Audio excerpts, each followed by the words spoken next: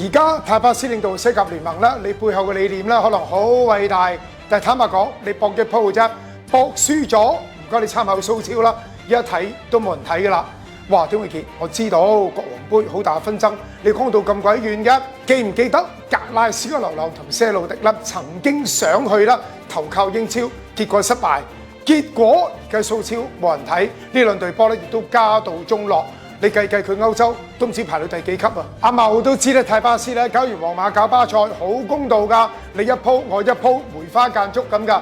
但係其實3年前泰巴斯咧做咗西甲聯盟嘅主席啦，佢嘅宏願好偉大㗎，就整個聯賽啦，由經濟啦、體量啦，以至到每一隊嘅實力啦，哇！大家都有分咁上下㗎。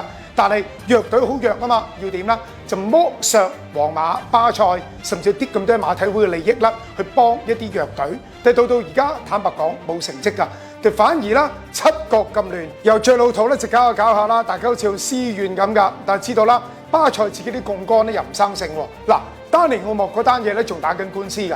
到皇馬咧今次啦可以話啦爛大街，因為委派裁判嘅問題啦，即係創新啦。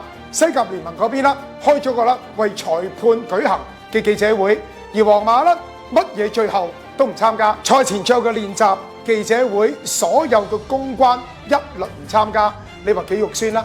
今晚4點鐘場波，我哋期望好多㗎，但係你唔好俾我估中啊嗱！聽日好多短視頻嘅焦點啦，有啲場波啦，哇，有啲咩咧就八卦新聞啊，邊個唔公平啊，已經唔會講阿亞麻踢得靚唔靚，麥巴比佢傷點樣，呢場波兩個教練嘅陣式究竟好唔好啦？嗰啲冇流量㗎啦。但係西甲喺呢個拗撬嘅常態當中啦，麻煩你哋要知道條單點埋啊！我頭先會講蘇超嘅，而家就係咁啦。皇馬、巴塞你玩我啊嘛，我搞歐超，西甲我踢，我揾隊青年軍去踢咯。咁到時西甲揾鬼睇啊！喂，睇下你同唔同意？我聞到陣味啦，歐超就嚟㗎啦，主角帶頭嘅梗係皇馬、巴塞啦。